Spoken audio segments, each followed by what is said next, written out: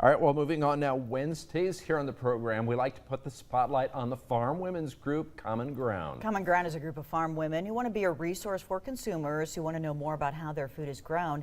Joining us now is Common Ground volunteer Katie Wolf from the Columbus area. Good morning, Katie. Good morning. Yeah. How's everything in your area? It's really well, doing really well. Hit a little rain on the way here this morning, enough to wash the windshield off. So I know. Yeah, hoping for more. Yeah. So it is fall. It's also collegiate meat judging season, and we want to ask you more because you have a long history in this. Yes, I do. It's a really fun and exciting time of year in the meat science community. It's the culmination of a lot of time and effort for teams that have been practicing and on the road. They start in the spring and then the contests go out throughout their school year.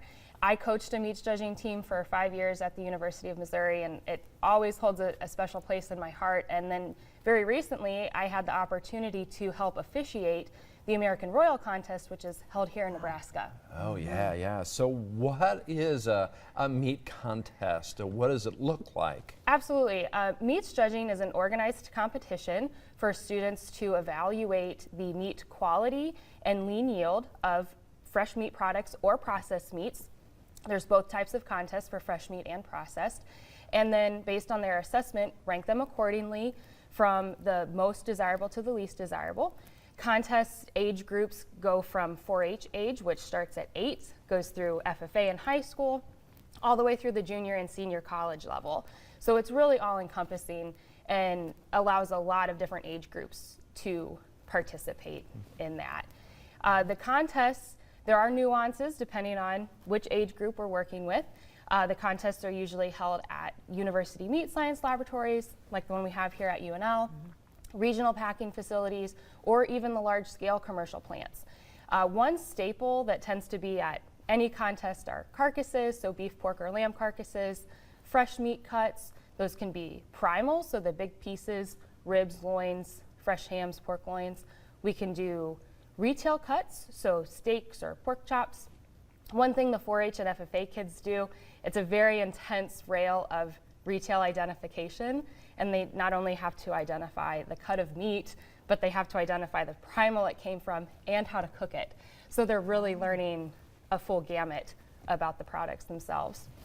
And then there's opportunities for questions in certain age groups. And then at the collegiate level, we give the students an opportunity to defend their decision in something called written reasons. I've heard about reasons. Oh, yes.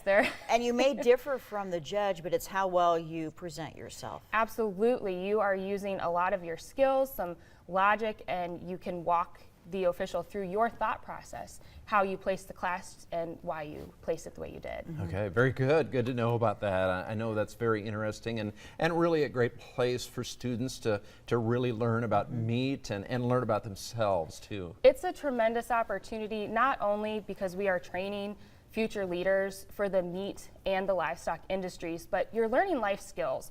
Critical thinking, how to use logic to make decisions, how to defend those decisions in a professional manner. And I would be remiss if I didn't mention the networking and the community that you become a part of. And that's something that's still serving me well into my adult life and professional career, because it truly becomes a family and you'd have lifelong contacts to help you navigate through your personal and professional life. Perfect. All right. And I know you're sticking around with the recipe. I am. We're going to try to make some beef sausage today. Oh, Right. fun. All right, Katie, thank you. All right.